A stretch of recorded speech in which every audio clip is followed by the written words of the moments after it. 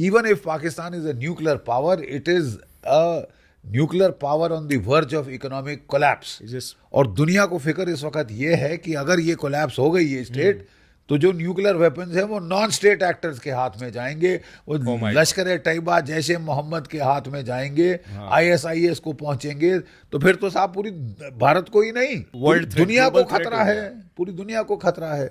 तो ये फटीचर मुल्क जिसकी एरोगेंस इतनी ज्यादा है, जिसकी एम्बिशंस ओवर एम्बिशियस जिसको कहा जाता है ना, इसके military leaders are over ambitious कि हम इतने से हैं साहब, लेकिन 5 गुना बड़ा हमसे हिंदुस्तान, जिसकी इकोनॉमी हमसे कोई 50 गुना ज्यादा बड़ी है, उसको हम हरा देंगे, धूल चटा देंगे।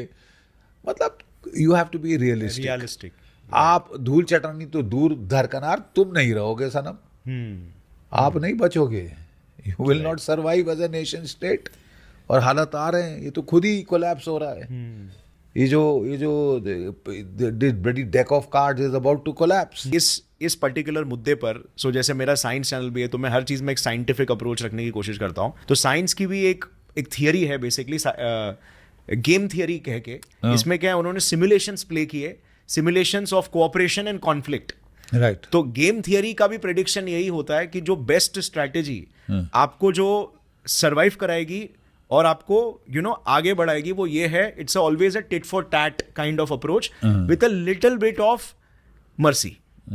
मैं strongly it should be very tit for tat, and this is the best survival strategy scientifically. This is the best way to tell somebody that look, if you misbehave, clear messages, clear unambiguous message. Exactly. आपने बड़ा अच्छा ये mention किया। देखिए, मैं war game में specialise करता हूँ, मैं एडिटर हूँ इंडियन मिलिट्री रिव्यू का, और हम हर थोड़े समय के बाद वॉर गेम करते हैं कि अगर कल इंडिया चाइना वॉर हो गई तो आउटकम क्या हो सकता है, कल इंडिया पाकिस्तान वॉर हुई तो आउटकम क्या हो सकता है, कल इंडिया पाकिस्तान चाइना 3 तरफ से लड़ाई हुई तो फिर क्या आउटकम हो सकता है, कि अगर चीन ताइवान पे हमला करे तो क्या आउटकम हो सकता है। So like chess match। और हमने ये जो मालदीव्स की जो सिनेरियो है, आज से कोई 5-7 साल पहले मैंने ये सिनेरियो को प्ले किया था और बोला था कि मालदीव्स में प्रॉब्लम हो सकती है।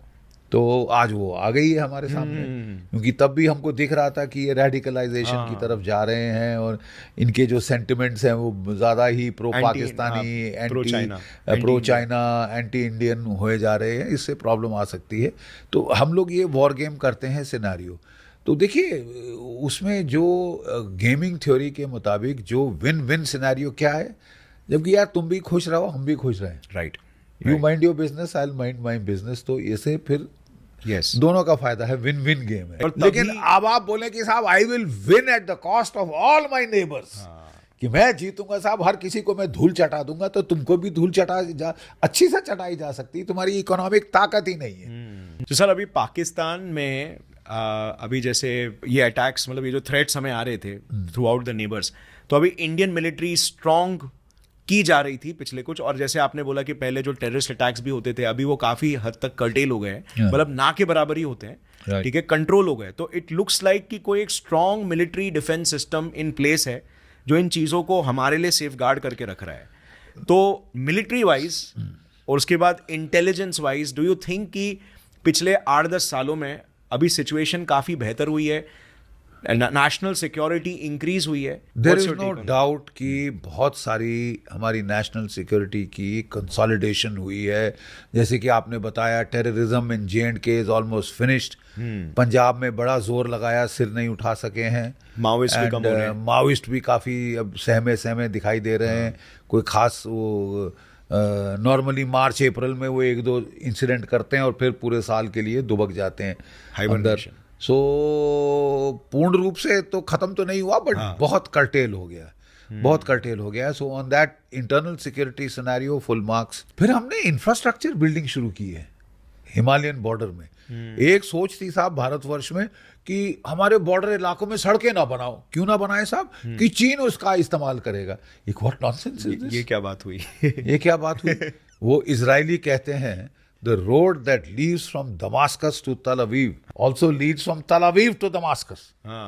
भाई जो सड़क आप इस्तेमाल कर सकते हो, हम भी तो उसके हमला कर सकते हैं तिब्बत के अंदर। और भारत की सेनाओं में अब क्षमता है वो, हाँ। जो पहले नहीं थी, जो पहले बनाने नहीं दी गई कि चीन को मत छेड़ो साहब, चीन को मत छेड़ो। अरे तुम्हारे बगैर लड़े तुम्हारी पतलून अगर ऐसी गीली हो जाएगी तो फिर तो हर आप कोई क्या dominate बचाओगे करेगा। दोष, हर कोई डोमिनेट करेगा, सिर पे चढ़ के बैठेगा।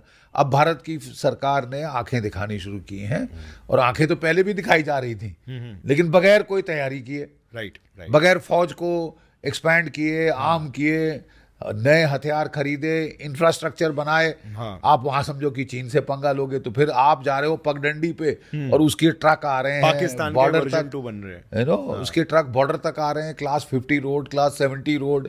तो अब हमने इंफ्रास्ट्रक्चर बनाना शुरू किया है, चीन के भी ठंडे पसीने आ गए हैं। हमने बहुत अच्छी चीज जो करी है वो है self sufficiency, autarky in weapon systems, you know, self reliance in weapon Right, system. right, right. क्या था कि बड़े सालों से, दशकों से हमारे देश में बोला जा रहा था हम तो साहब आत्मनिर्भर हैं। हाँ। कैसे आत्मनिर्भर हैं? किसी और हम से हथियार सेमी ले रहे हैं। Knockdown kits, completely knockdown kits रूस से लेते हैं, अपने देश में मैकेनोसेट जैसे बच्चे जोड़ते हैं, हम वैसे जोड़ देते हैं, हम तो साहब सेल्फ सफिशिएंट है।